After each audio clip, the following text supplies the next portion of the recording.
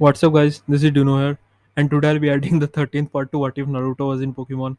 I know we are a bit late here, but I was holding off on the story because it took so much effort to merge two universes together, plus, it didn't quite pull it in any views. But sometimes it's not about views, it's not about subscribers and stuff. Sometimes it's just about having fun, right? So, this is me having fun, and yeah. There will be no recap. I'm so sorry. There will be no recap. Please watch the previous parts, please. And yeah, we are basically in the middle of the tournament, right? So let's go to the battles. Let's have some battles. Let's have some fun. Let's resume the story. The quarterfinals of the Kalos League had finally begun.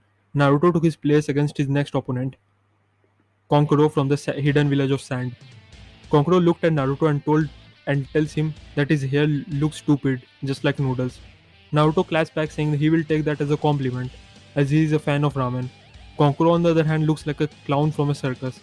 This immediately gets into the head of Konkoro as both of them start to bicker in the middle of the stadium. This garners boos from the crowd as Naruto snaps back at them saying that he has been giving them nothing but entertaining battles, so they are just ungrateful pieces of crap for booing him right now. Jiraiya yells at Naruto to focus on the battle and not focus on the crowd. As Konkoro looks back and watches some small kids booing him, he decides to scare them with his puppet. As the proctor yells at both of them saying that they will be disqualified if they don't send out their Pokemon quickly. So with that, both of them stop bickering and send out their Pokemon. Naruto goes with Heliolisk and Konkoro goes with Configarous. Konkoro orders a mass Shadow Ball attack, all of which pass right through Heliolisk because of course it is a normal type. As Temari face palms and Gaara grunts at the stupidity of Konkoro, Naruto starts laughing hysterically, saying that Konkoro is a stupid idiot for trying something so dumb. Heliolisk is a normal and electric type, so of course Ghost type moves won't work on it. And then Naruto orders Heliolisk to use a Hyper Voice, which goes just as well. And this time it's Jiraiya's turn to facepalm. Jiraiya tells Naruto to focus on the battle and not on the trash talk, as Naruto finally orders a Thunderbolt, the first meaningful move of the entire fight. Konkoro retaliates with a Dark Pulse from Configarous, which hits Heliolisk but the lizard is able to dodge most of it. It then follows it by a Surf attack which drowns Configarous in water. Konkoro laughs saying that it would take more than that to take Configarous out. And then Thunderbolt follows, and it is powered up due to Configarous being wet and is able to take it out. Naruto tells how's that for power, as Konkoro grits his teeth and sends out his second Pokemon, Ryuniglus. Naruto scans it in its Pokédex and realizes that this is a ground and ghost type. So you'd probably have to play it smart here, as he orders a surf attack. And the surf attack hits. However, it is immediately followed up by an earthquake with a frightening speed, which knocks Heliolisk out as it's unable to dodge it. Jiraiya tells Naruto that he's more so focused on the trash talk rather than the battle, and if he does not get his stuff together, he will lose this fight. As Naruto hesitantly nods and says that no need to worry, he will focus now. He sends out his second Pokemon, Vivillon, as Konkoro tells that his Stone Edge attack will absolutely crush this filthy bug. As the shards of stone goes flying towards the butterfly, it uses a Hurricane attack to deflect most of them. Vivillon then puts Configurous Ryuniglus to sleep with a sleep powder, and after a barrage of energy balls and bug buzz attacks, Ryuniglus is down for the count. Kokoro sends out his final Pokemon Beedrill and immediately evolves it into a Mega Beedrill. Naruto orders a double Hurricane attack, but Beedrill shows an exceptional speed advantage and flies between the Hurricanes, evading them flawlessly, and knocks the Vivillon out with a powerful poison jab in one blow. Naruto tells Konkoro that he is not the only one in possession of Mega Evolution, as he sends out his Venusaur and immediately evolves into Mega Venusaur. The battle begins between the two poison types, cancelling most of their moves out. But Venusaur has some sort of the power advantage here and also the bulkiness. But in the flip side, Beedrill has the speed advantage. But it is not enough to take down Venusaur, as after a powerful Seed Bomb from the fully evolved Grass type starter, Beedrill is down for the count. And this leaves Naruto the winner. Both of them keep engaging the trash talk as they are separated by the proctor, as Naruto calls Konkoro a filthy loser and Konkoro claps back saying that he just got lucky. Jiraiya sighs at the lack of the sportsmanship displayed by his pupil and drags him by the collar of his jacket. The next battle is between Shikamaru and Temari. As Shikamaru thinks this 3-on-3 battle thing is an absolute drag. Why can't they just battle one on one? Temari tells him that with that attitude he's sure to lose. As Shikamaru just tells her to get on with the battle. The battle begins with Shikamaru sending out his crafty and Temari sending out her Mian Shao.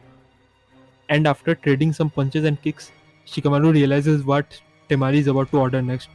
As Temari orders Mian Shao to use a high jump kick, Shikamaru orders Crafty to wait. As it keeps waiting, in the last moment, he orders a protect attack, which causes the high jump kick to fail and cause massive damage to Mian Shao itself. It is followed up by a drain punch which heals most of Crafty's HP and knocks Mian Shao out.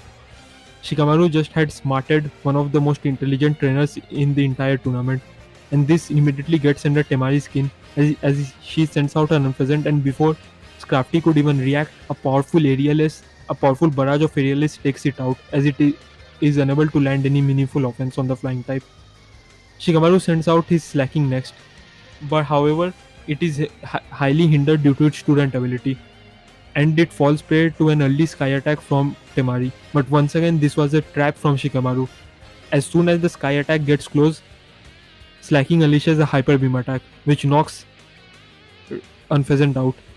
And in order to avoid the recharge time, Shikamaru recalls his slacking and sends out his final Pokemon, his fully evolved Inteleon, as Temari sends out her Banette and immediately evolves it into Mega Banette.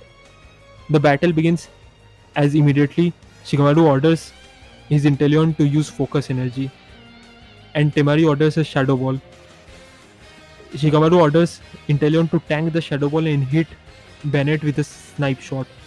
This Snipe Shot is powered up by the critical hit and the sniper ability of Inteleon, and it is enough to knock Banette out in one blow. Shikamaru had completely outsmarted Temari and defeated her with both of his Pokemon still remaining. Temari tells Shikamaru that this strategy will only work once, as Shikamaru tells her that she is welcome to try him after the tournament, as he's pretty sure he's going to lose the next fight.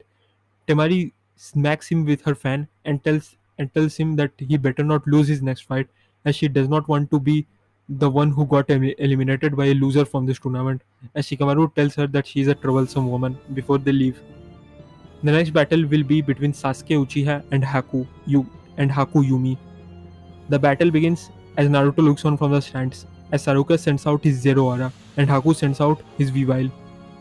Weavile tries to Haku, banking on Weavile's speed advantage, orders an Icicle Crash, but surprisingly Zero Aura is faster even than Weavile, and this shocks everyone in the stadium, as a barrage of Plasma Fist attack takes out Weavile before it could even land a single blow.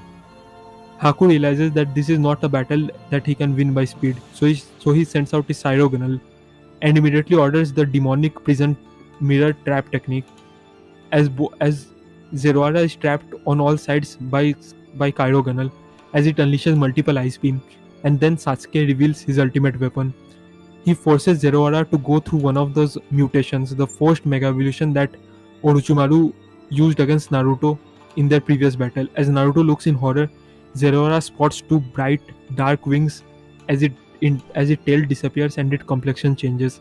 It takes on a demonic-looking appearance just like the Sound Force and Orochimaru's Pokemon. And with that, Zeraora breaks through all of the ice mirrors before it unleashes a dark type of electricity which hits Cyrogonal head-on and absolutely destroys it and knocks it out. Haku realizes that this is a different level of power and he needs to match it. So he sends out his Abomasnow and immediately Mega Evolves it into Mega Abomasnow. However, once again, Zeraora unleashes something which resembles the Tailed Beast Ball technique that Naruto's Ninetales uses. And once again, this highly powerful and demonic looking electric type attack takes Abomasnow out in one blow, even though Abomasnow is resistant to electric type attacks. With that, Sasuke just had clean sweep Haku, not even his Zeraora barely taking any damage. This was an ominous presence in the battlefield, as everyone finally recognized it. Then the next battle was to be taken place between Callum and Gaara, and this was going to be the final quarterfinals battle. The battle begins with Callum sending out his Mega Absol right away, and Gaara sending out Crocodile. Callum, remembering what Gaara had done to Trevor, tells Gaara that this will be the last time he ever hurts anyone, especially some of his friends. Gaara just looks at Callum, saying that he will be the next prey for his mother. As just like in Gaara's previous battle, a stream of sand heads straight towards Absol, but Absol uses a Psycho Cut to cut through the sand and charges forward with a Mega Horn attack, which Crocodile counters with a Dragon Claw. Both of them collide in the center of the battlefield, causing massive damage to each other. But Absol digs its paws deep into the ground and sends Crocodile flying upwards. It is then followed up by an ice beam which Crocodile is unable to dodge midair, and before the sand could shield it again, Absol lunges forward with yet another Megahorn and smacks Crocodile straight in the face, sending it crashing into the stands and knocking it out. Everyone is shocked. Callum had just gotten an early lead against Gaara of all people, one of the scariest trainers in the whole league, and Callum was battling him fearlessly. Gaara sends out his second Pokemon, Garchomp, and he immediately Mega Evolves it into Mega Garchomp. Callum orders an Megahorn, and Gaara orders a Dragon Claw. Both of them collide once again. However, as Callum once again tries to bank on Absol's speed and use an Ice Beam, the sand plays its part as it blocks the ice type attack and traps both of Absol's feet. This is followed up by a Draco Meteor from Garchomp, which knocks Absol out, evening the battlefield. Callum stays unfazed as he sends out his Clefable as his second Pokemon, banking on its type advantage. However, a powerful poison jab followed up by a plethora of sand attacks is able to take Clefable out fairly easily. It brings Callum down to his final Pokemon, Greninja. Once again, stream of sands heads straight towards Greninja, but Greninja is so fast that the sand can't even touch him, as it follows it by a Surf attack. Once again, Gaara tries to summon his sand to defend Garchomp from the attack, but the Surf washes over the sand and overpowers it, hitting Garchomp head on. This is followed up by an Ice Beam attack which knocks Gaara's Mega out and brings him down to his last Pokemon as well. And then Greninja undergoes its transformation into the Battle Bond ability as it links with Callum and unleashes its true power. Now with Callum Greninja on the field, the battle looks like it's in favor of Callum. Gaara had just lost his Mega Pokemon, so what else could he have had up his sleeve? Thought Callum. But this was a huge mistake, as Gaara sends out the legendary Landorus. However, Alan is confident in this battle, as he orders Greninja to use Water Shuriken, which Landorus is unable to dodge. The battle goes on, and although Landorus has the power advantage, it looks like Greninja is on the level of a legendary Pokemon, and is not only holding its own but also winning some of the exchanges against Landorus. But then something happens. Landorus starts to shake violently as all the sand that Gaara had summoned previously starts to envelop Landorus, and it goes through the same mutation technique that Naruto's Ninetales went through and Sasuke's Zeraora went through, as it slowly begins to transform into something else. Callum orders Greninja to use Water Shuriken. However, this time it's Landorus' turn to unleash one of its tailed beast ball techniques, which heads straight towards Greninja, and although it puts up a valiant effort, it is knocked out into its best form. Before Gaara could assault Greninja any further, this time it's Naruto into the rescue of Callum, and he looks at Gaara and tells him that that's enough. He will not allow Gaara to hurt his friend on his watch, and Gaara tells Naruto that he will hurt him instead, in his place instead, before he leaves after staring at him coldly. Naruto tells Callum that he put up a great fight, and Callum just nods sadly, saying that it's all up to Naruto now. The semi-finals are announced, as it will be Naruto versus Gaara and Sasuke versus Shikamaru. With that, I will be ending this part right here. Sorry if it was too short, but like I said, it was just battle oriented.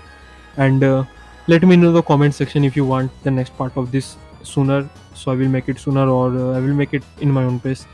This was just about having fun. Hope you guys enjoyed it. Thank you for